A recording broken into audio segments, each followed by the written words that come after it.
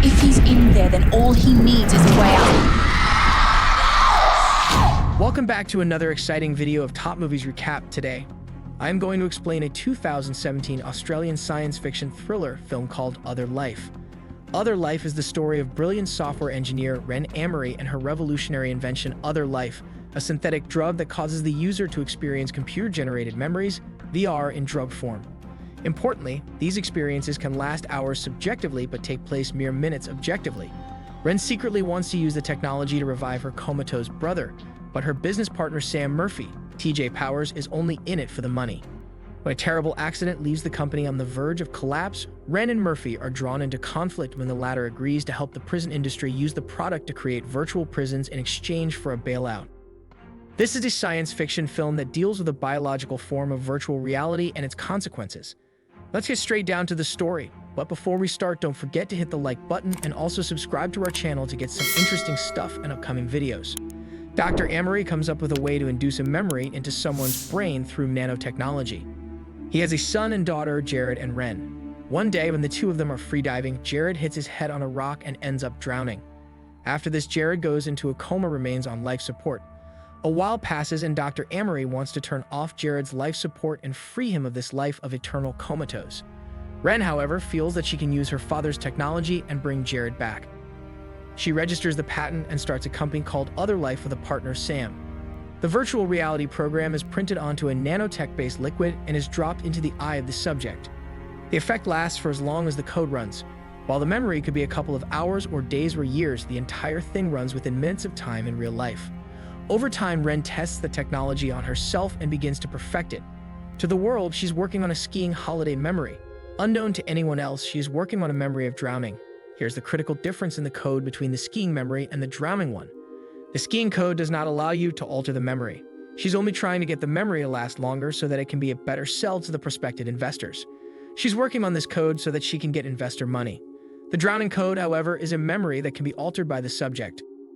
Ren keeps this a secret because if memories are alterable, many people will choose to continue living in the virtual world to escape from the hardships of real life. She doesn't want this. The point of making the memory alterable is to allow for Jared to replay the memory differently where he doesn't drown. This way, Ren feels that Jared's mind will be free of his coma and he will awaken. Dr. Amari doesn't feel this will work. Sam finds out that Ren has been creating a simulation in secret and tries to investigate. He wants to sell the tech to the government so that they can use it as a virtual prison. He sells it as a confinement code which will virtually simulate years of imprisonment in a cell, but in real life will take just a few minutes. This way, felons will go through their punishments in minutes, and this would solve the prison crowding issues. Ren doesn't like the idea. She wants her invention to be used to expand the mind and not imprison it. Ren has a boyfriend by the name Danny. She gives him the skiing memory as an experience. He's amazed. In a moment of Ren's distraction, Danny ends up using the Jared memory on himself. Jared's memory is programmed to be changeable, but it is a drowning memory nevertheless. Danny's mind doesn't know about this choice to change the memory and believes he is drowning. He has a seizure and dies. The government really wants their hands on the confinement virtual reality code. They are willing to let Ren off the hook for Danny's death as long as she puts herself through solitary confinement for a year. Ren initially doesn't agree. Sam tells her that in her real life it will be just a minute. The 1 year of confinement will be only inside her mind. After she's done, she can resume her life. She hesitantly agrees. Ren enters the simulation. She struggles through her imprisonment eating canned food. The room is not real, it's a program. After she gets through 365 days, the counter resets to 001. She is furious that the code is buggy and she's now trapped in loops. She starts smashing things around in her anger. She suddenly hears the wind and pushes a panel open. We're shown a quick shot from the outside and how nothing exists. But suddenly, as Ren steps out, she sees the real world around here. Ren is not in the real world. This is still part of the simulation. Something in the code is extending the simulation, and because Ren has been through multiple simulations through the years, she's somehow able to project a world inside the simulation and populate it with people. In the virtual world, she goes on to find out that a year of time has passed and Sam has taken over the company. People have assumed that Ren has cashed out and moved to Italy. Sam is out to get Ren. She finds out that Danny is still alive. Remember, he is alive only in this virtual world. He is very much dead in the real one. With Danny's help, Ren breaks into the OtherLife office and gets her code back. She makes her final tweak to the program and takes it to Jared. On administering it to him, he initially wakes up. But soon we are shown that he makes a choice of death and his body goes through a shutdown. Ren turns off the life support, allowing Jared to die. Suddenly Sam shows up and he tells her that he saw Jared make the decision of death. Ren then realizes that this is all happening inside her mind. She wakes up in the real world. Ren wakes up and initially attacks her coworkers based on what she had seen inside her head. Soon she realizes that mere minutes have passed and what she saw wasn't real. She doesn't tell anyone about what she has been through. Unfortunately, Danny is dead. Ren tells Sam that she will exit the company and keep the patents. She discusses going to the hospital with her dad.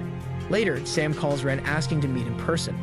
When she gets to the office, Sam takes her through her brain readings when she was in confinement and notices that she was glad about something when in prison. Sam concludes that she broke out inside her head. He now wants Ren to build him an immersive, interactive simulation. Sam wants Ren to go back into another 1-year confinement so they can monitor the readings and build out this new immersive virtual reality. Ren totally disagrees, but Sam forces the nanotech liquid into her eyes and tries to take readings. Ren is back in her prison cell, but this time she calms her mind down and lets the code run. As a result, virtual time passes by faster and Ren wakes up. She grabs Sam and forces the liquid tech into his eyes. Sam is now in confinement and his mind struggles to cope. Ren waits for the 365 days to complete in the simulation. She pauses for a little additional time because she knows this simulation will loop. Ren wants Sam to know how much trauma it can bring to someone who's been through such a helpless situation. She brings Sam out of the simulation and he's left sobbing. Ren and her father go to the hospital. Based on what she saw in the virtual world, Ren makes an assumption that Jared will choose death. She doesn't try to give him the last simulation. Ren takes Jared off the life support and consoles her father as he cries at the empty bed of Jared. Well, poor Jared in the real world may have chosen differently, but isn't given a chance. Running one last simulation on him would have helped find out if he really wanted to die or alive. Ren visits the spot near the shore where Jared had his accident. She looks on as she has made peace with his death. The film ends. The concepts introduced in OtherLife will get you thinking as it's incredibly relatable. Behind most sci-fi films and stories is a social commentary, and this one is no different. OtherLife makes a point of answering one that pops up from time to time when people talk about overcrowding in jails. Ren's technology seems to be the perfect antidote for this scenario, so of course there is a battle for ownership once her science is perfected.